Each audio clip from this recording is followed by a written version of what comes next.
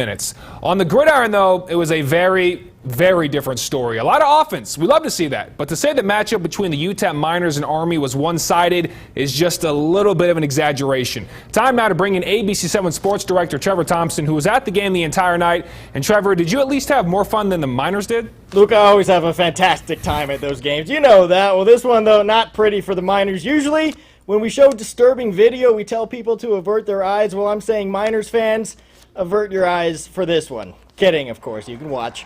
But this helicopter flyover before the game might have been the prettiest sight for the Miners all day. We pick it up with UTEP down 17-0 in the second. Jordan Asbury going to add to the misery right before the half, makes it 24-0 Army. UTEP, by the way, only 8 rushing yards in the first half.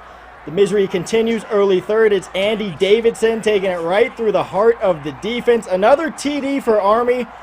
31-0 early third. Army fans loving it, and honestly, this felt like an Army home game at some points. Ensuing kickoff, UTEP trying to get something going, anything going, but can you believe it? It's a fumble.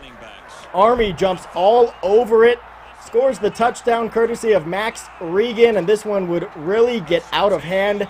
UTEP, though, they would eventually find pay dirt. Who else but Aaron Jones? He would finally get the Miners on the scoreboard in the third quarter.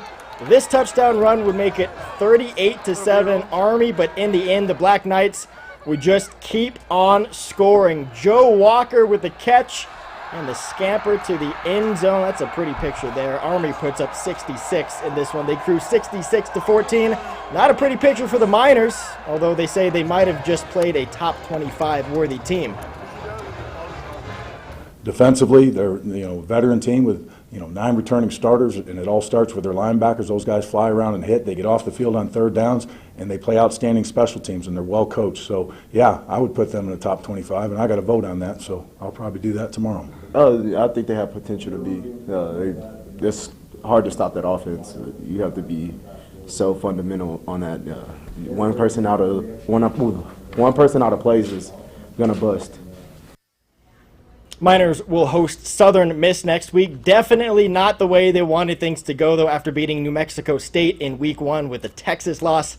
Now this blowout. Luke, back to you. Trevor, thanks. 7 rushing scores, 598 yards of offense for Army. Clearly, as you mentioned, not a good day.